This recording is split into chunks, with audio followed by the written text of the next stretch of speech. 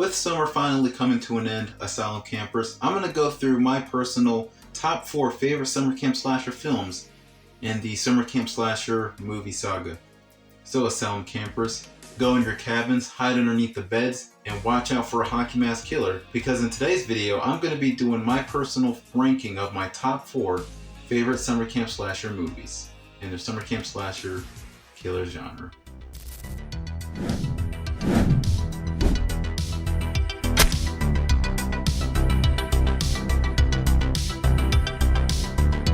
At number 4 spot is going to be Sleepaway Camp, the first one. I really do like this movie. I like the approach that this movie goes for, to where it goes for that cliche summer camp slasher vibe to it, but it also takes things in a different direction, if you know what I mean. Like, basically, this is a whodunit slasher. This is a mystery on who's killing who is this killer, going around the camp killing people one by one, and I think that was a pretty good idea for the story.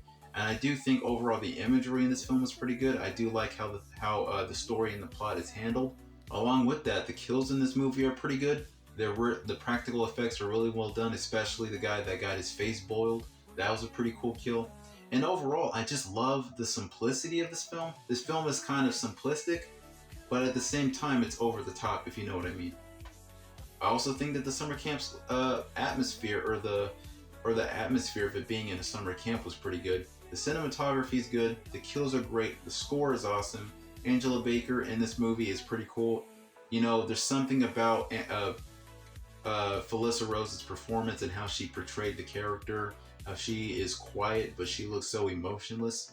But it's to the point where if you look at her, she doesn't look like the type of person that will hurt anybody until they reveal who she truly is near the ending of the film. Not only it's a shocker, but it's also pretty terrifying at the same time when she's making that iconic face. That's actually the 3rd time I made that face on this channel. And yeah, overall this movie is pretty goofy, fun, great slasher. So it is at my number 4 spot. And I always will enjoy this movie every time I'm in a summer camp slasher mood, I guess. Coming in at number 3 spot, it's going to be Fear Street Part 2, 1978. Now, I talked about this movie before. I actually talked about it twice before, but since it is a summer camp slasher movie, why not add it to my list? And it's one of my favorite summer camp slasher movies. Here's what I like about it. It takes the formula of Friday the 13th, specifically the second one, and it does a supernatural element to where it feels like, you know, they're trying to pay homage to like the most popular horror franchise, right? One of the most popular slasher movies, such as one of the Friday the 13th movies I just mentioned. But they go off their own way, adding all these supernatural elements and doing something pretty wickedly cool. I thought the camp atmosphere was there. The score is top notch. The design of the Nightwing killer is pretty cool looking. I like how it's a nod to the Part 2 Jason with the sack mask and the plaid shirt and the axe type weapon. That was a pretty cool touch. I do like how the characters in this movie are portrayed. It definitely sounds like people out of summer camp with the counselors and campers and all that stuff. You know, they're doing pranks. The counselors are going off doing their own business, breaking the rules. Those are the kind of stuff that you would expect to be in a summer camp slasher movie. I guess the thing about this movie that I didn't like years back is that they set this movie in 1978, which was a bold move. Because usually summer camp slasher movies are set around in the 80s, right? So if they would have set this in the 80s, I think that would have added more nostalgia to those 80s purists out there. But still, I really do like this movie. There are some things about this movie that I don't really like too much. The cave scenes drag too long. I do like how they focused a little bit. It's not like rushed scenes just to get back to the killer doing his thing. But those scenes kind of drag a little bit for me. But overall, I love this flick. This is one of the best summer camp slasher movies of all time. And I think that the kills are pretty good, the practical effects are great, and if you are in a summer camp slasher mood, I highly recommend this movie. And it's on Netflix. Check it out. At number 2 is going to be Sleepaway Camp 2 on Happy Campers. I love this movie to death. This is actually my favorite Sleepaway Camp movie if you haven't seen my ranking I did a year ago. I just love the campy, ironic, Get it? Campy. I absolutely love the campy vibe that this movie gives, the comedic side of things, but still going in a serious direction. I like the fact that Angela Baker in this movie is a lot more cooperative and she actually communicates more. And I thought that was pretty cool that they didn't make her mute, or they didn't make her like this kind of silent killer throughout the movie. And I do like how they did with the character to where she's confident, but she's extremely urging to kill bad campers at the same time. Speaking of the kills, I think that the kills were pretty good. The effects look cool.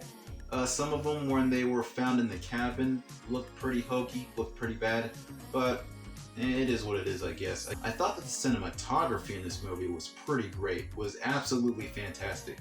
The kind of the blue hue with the moonlight going through the trees with subtle hints of fog, that's the cinematography that I want, not just for a summer camp slasher movie, but for any summer camp slasher movie.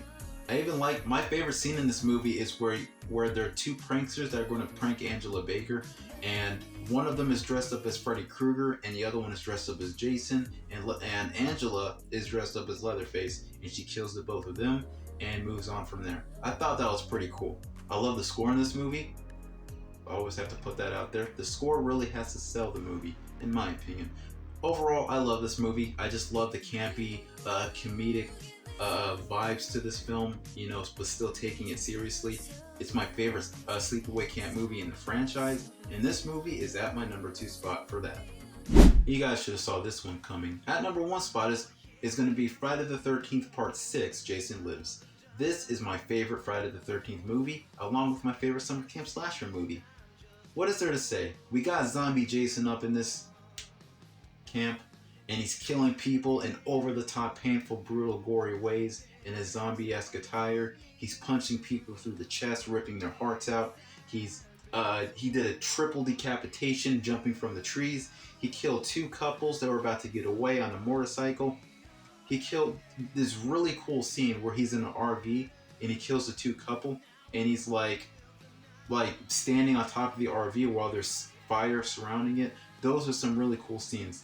The opening scene is pretty cool with Tommy Jarvis digging up Jason, trying to kill him, which doesn't make sense to me.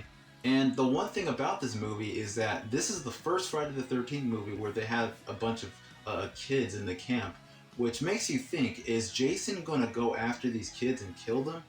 And thank goodness he didn't. There was this one terrifying scene where I thought that was gonna happen. When he walks into the cabin and one of the little girl is not sleeping, one of the kids are not sleeping, she makes a noise. Jason turns around so aggressively, and that just shows he's got a good sense of hearing.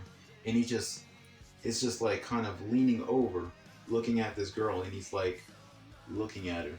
That was one of the creepiest scenes, in my opinion, in the Friday the 13th movies. Jason's portrayal is pretty good by CJ Grimm. He did an awesome job playing Jason. I love the camp cinematography, the nighttime cinematography, the overall atmosphere. They did a pretty good job with that. I didn't mind the fact that they changed the name from Crystal Lake to Camp Forest Green. Well, for reasons, they had to do that. Not for copyright reasons, I'm just saying for the storyline they changed it because the locals can't stand Crystal Lake. And I also love all the characters in this movie, and Tommy Jarvis, Tom Matthews in this movie is absolutely phenomenal. I was so glad they brought him back in Never Hike Alone. He did a great job portraying the character in Never Hike Alone and in this movie as well. Overall, I love everything about this movie. This is my favorite Friday the 13th movie, and this is also my favorite summer camp slasher movie, and that's why this movie is at my number 1 spot. And that, Asylum Campers, that is my personal list of my top 4 favorite summer camp slasher movies in the summer camp slasher killer genre. How many times have I said summer camp slasher? What do you guys think of this personal list? Do you like it? Do you think it's okay? Do you agree with some of them, or do you disagree altogether? Let me know in the comments below. Also, let me know what are your top 4 favorite summer camp slasher movies. Also, if you are new to this channel, please like and subscribe to this channel because more content is coming your way, especially around Halloween time.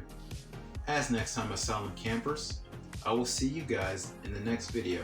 Oh, and by the way, this camp is jinxed. It's got a death curse. I tried to warn the others. They didn't believe me. They were all doomed.